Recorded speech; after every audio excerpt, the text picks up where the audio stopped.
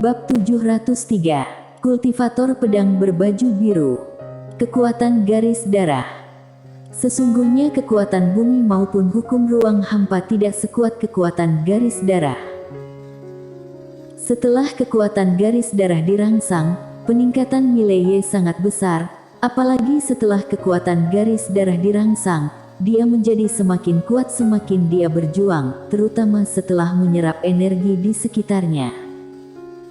Setelah melihat nilai Y membunuh Bastian Xuanyuan dengan satu pedang, para master keluarga Xuanyuan di sekitarnya sudah ketakutan. Ini bukan kemenangan, ini pembunuhan instan. Satu pedang membunuh Bastian Xuanyuan. Setidaknya seorang master dari alam setengah langkah bisa melakukan ini. Nilai Y ini sudah memiliki kekuatan tempur dari master setengah langkah. Di belakang nilai Y, Lisa Xuanyuan itu tercengang saat melihat Bastian Xuanyuan dipenggal. Terbunuh. Dia hanya setengah langkah lagi untuk mencapai alam setengah langkah dan ayahnya dibunuh oleh nilai Y. Kepala Lisa Xuanyuan kosong. Dan pada saat ini, nilai Y tiba-tiba bergegas keluar. Tes. Nilai Y lewat, cahaya pedang berwarna darah. Hampir dalam sekejap mata, kepala master keluarga Xuanyuan yang berjarak puluhan meter di sebelah kanan nilai Y terbang keluar. Dan pada saat kepala terbang keluar, tidak jauh di depan, sebuah pedang tiba-tiba menembus seorang lelaki tua dari keluarga Xuanyuan. Cici. Dalam waktu kurang dari beberapa napas, 5 atau 6 orang telah langsung dipenggal. Pada saat ini, napas yang kuat tiba-tiba melintas di lapangan. Di kejauhan, nilai Y tiba-tiba berbalik dan menebas dengan pedang. Duar. Nilai Y langsung mundur ratusan meter. Di tempat nilai Y dulu berdiri, seorang pria berbaju emas berdiri, memegang tombak panjang di tangannya, dan pada saat ini, tombak panjangnya patah. Selain pria berbaju emas ini, 6 master yang juga mengenakan zirah emas muncul di sekitar nilai Y pada waktu yang tidak diketahui. 7 orang. Nilai Y tersenyum muram, saat berikutnya, dia tiba-tiba menghilang. Di seberang nilai Y, pria berbaju emas tiba-tiba berteriak dengan marah, "Hancurkan!" Suara itu jatuh, 7 orang menembak serempak, 7 lampu emas langsung menenggelamkan nilai Y. Duar. Nilai Y terlempar lagi, kali ini, dia langsung mundur 1000 kaki. Begitu nilai Y berhenti, tombak emas tiba-tiba meledak di udara. Nilai Y mengangkat tangannya dan itu adalah pedang. Duar. Tombak emas meledak dalam sekejap, namun, nilai Y sendiri mundur hampir 100 meter lagi. Dan sebelum dia sempat berhenti, tombak emas lainnya meledak di udara. Nilai Y memegang pedang ether di kedua tangan, membanting ke depan dengan tebasan. Duar. Tombak emas langsung terbelah menjadi 2 oleh pedang ether, tetapi saat berikutnya, tombak emas tiba-tiba menikam pedang ether di tangan nilai Y. Di atas bilahnya, pada saat yang sama, sebuah tombak panjang menusuk langsung ke perut nilai Y. Duar. Pedang ether bergetar hebat, kemudian nilai Y mundur dengan keras lagi. Begitu dia berhenti, tiba-tiba seorang master lapis baja emas muncul di depannya. Pada saat yang sama, sebuah tombak panjang tiba-tiba menikam dadanya. Tembakan ini secepat kilat.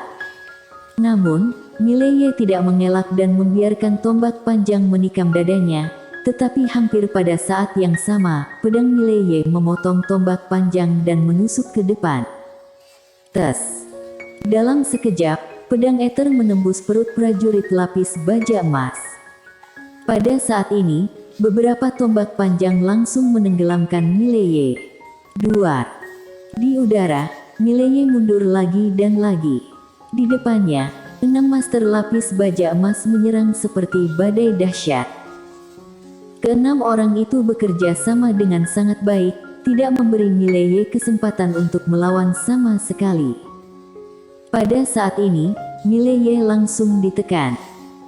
Namun, wajah banyak Master Xuanyuan di lapangan masih serius. Karena meskipun Mileye ditekan, 6 orang ini tidak bisa membunuh Mileye. Mileye tidak hanya memakai baju besi emas, tetapi tubuh kedagingannya telah mencapai alam dewa. Kecuali kekuatan mutlak ditekan atau senjata dewa, kalau tidak, Mileye tidak bisa dibunuh sama sekali. Karena pertahanan itu terlalu sesat. Di udara, 6 orang tiba-tiba berhenti, berdiri berturut-turut, kesadaran ilahi mereka terkunci pada Mileye. Di dalam diri mereka, kekuatan yang kuat diam-diam mengembun.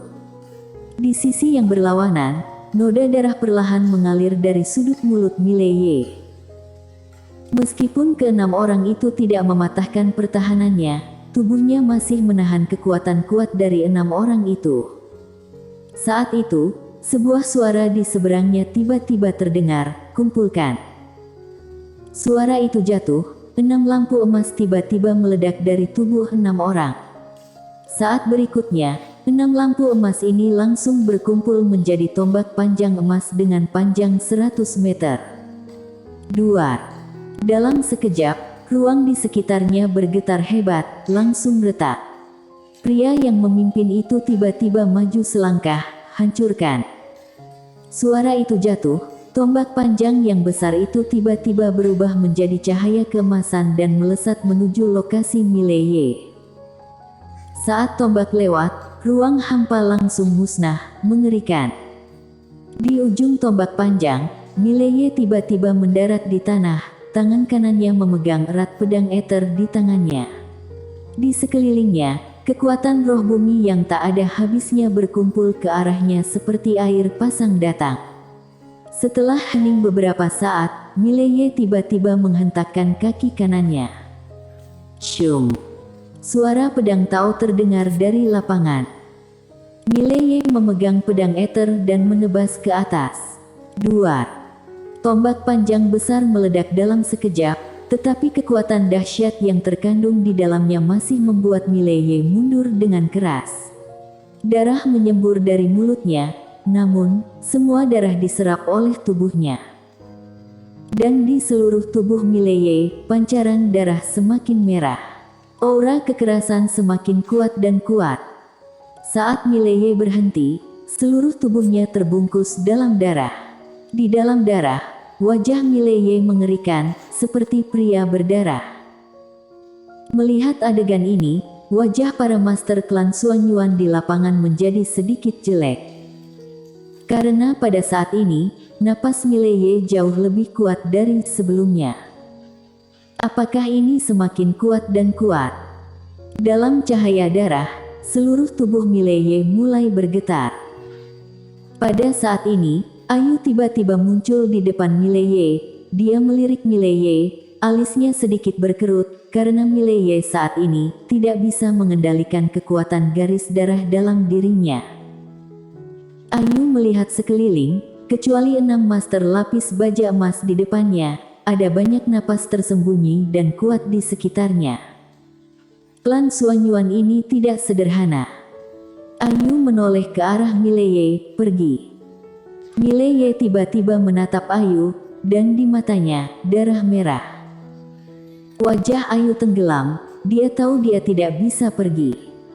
Pada saat ini, seluruh tubuh Mileye sudah bergegas keluar. Saat Mileye bergegas keluar, 6 pengawal berarmor emas di kejauhan juga menghilang di tempatnya. Di lapangan, wajah Ayu serendah air, seolah memikirkan sesuatu. Dia tiba-tiba muncul di depan Lisa Xuanyuan di bawah dan wajah Lisa Xuanyuan saat ini sangat suram. Ayu memandang Lisa Xuanyuan, di mana adiknya? Lisa Xuanyuan tanpa ekspresi. Ayu menyipitkan matanya sedikit. "Aku tahu bahwa klan Xuanyuan memiliki kemampuan untuk mempertahankannya, tetapi apakah kalian pernah memikirkan konsekuensi dari membunuhnya?" Konsekuensi? Lisa Xuanyuan mencibir, "Apakah kamu mencoba mengatakan wanita bergaun polos di belakangnya? Apakah kamu benar-benar berpikir bahwa suku Xuanyuan takut padanya?" Ayu memandang Lisa Xuanyuan seolah melihat orang idiot. Apakah kamu benar-benar mengenalnya? Mata Lisa Xuanyuan perlahan tertutup. Apakah kamu tahu berapa tahun klan Xuanyuan telah ada di dunia akbar Xuan Huang ini? Saat dia mengatakan itu, dia memandang Ayu. 80.000 tahun. Selama 80.000 tahun ini, 3 penguasa alam tak diketahui muncul dari keluarga Xuanyuan dan Master Alam tak terlihat juga hampir 30 orang. Keluarga Xuanyuan telah diturunkan hingga hari ini, dan warisan keluarga. Tiba-tiba Ayu berkata, menurutmu alam tak diketahui yang terkuat? Lisa Xuanyuan memandang Ayu dan mencibir, mengapa? Apakah kamu mencoba mengatakan bahwa wanita bergaun polos itu telah melampaui yang tidak diketahui? Ayu terdiam. Lisa Xuanyuan menatap Ayu, sebenarnya, aku percaya bahwa di dunia ini ada orang yang berada di luar alam tak terlihat. Saat itu, aku, ketua klan pertama dari suku Xuanyuan bertemu dengan seorang pedang kultivator alam tak terlihat berbaju biru. Pedang kultivator berbaju biru. Ayu menghela nafas dengan suara rendah, aku tahu siapa yang kamu bicarakan. Lisa Xuanyuan menyipitkan matanya sedikit, kamu tahu. Ayu melirik Mileye tidak jauh dan menggelengkan kepalanya, generasi kedua terkuat. Lisa Xuanyuan hendak mengatakan sesuatu, tetapi Ayu tiba-tiba berkata, aku bisa mengerti kamu, karena dunia tempat kita hidup berbeda. Suara itu jatuh, dia tiba-tiba menghilang. Dan pada saat Ayu menghilang, 2 orang tua berjubah hitam tiba-tiba muncul di depan Ayu. Ayu tidak memiliki omong kosong dan langsung memukul. Duar. Kedua lelaki tua berjubah hitam itu langsung mundur karena gempa. Setelah mengirim pesan, Lisa Xuanyuan memandang Mileye di kejauhan.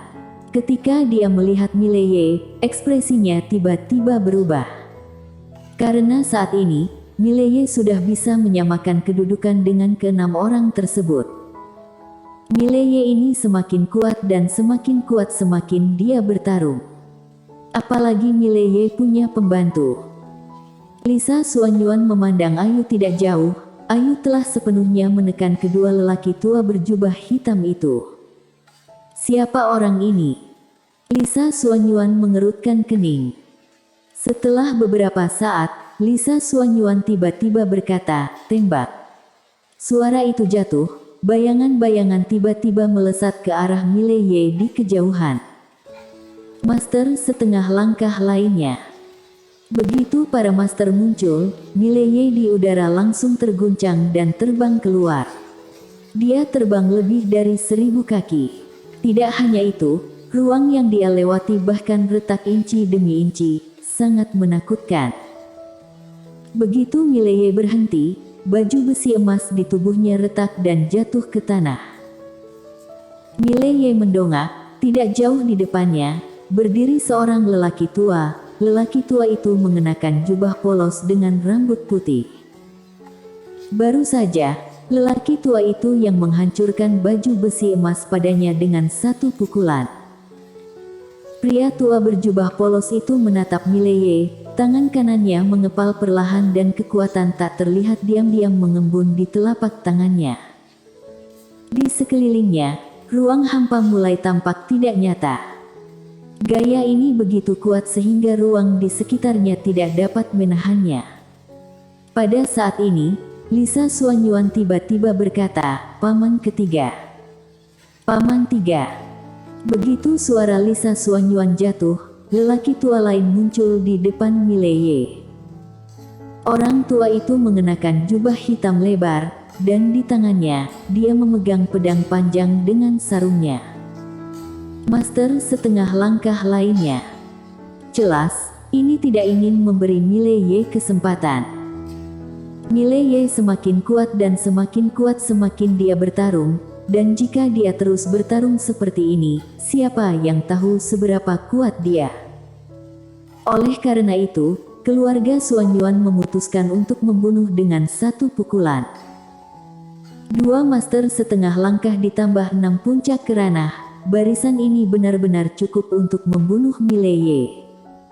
Di bawah, Lisa Xuanyuan memandang Mileye, bunuh. Suara itu jatuh, 8 orang di udara hendak menembak. Tapi pada saat ini, Mileye tiba-tiba mengangkat kepalanya dan meraung. Saat berikutnya, sebuah menara kecil tiba-tiba terbang keluar dari antara alisnya. Menara penjara alam. Saat menara penjara alam muncul, ekspresi semua orang di lapangan berubah. Bersambung.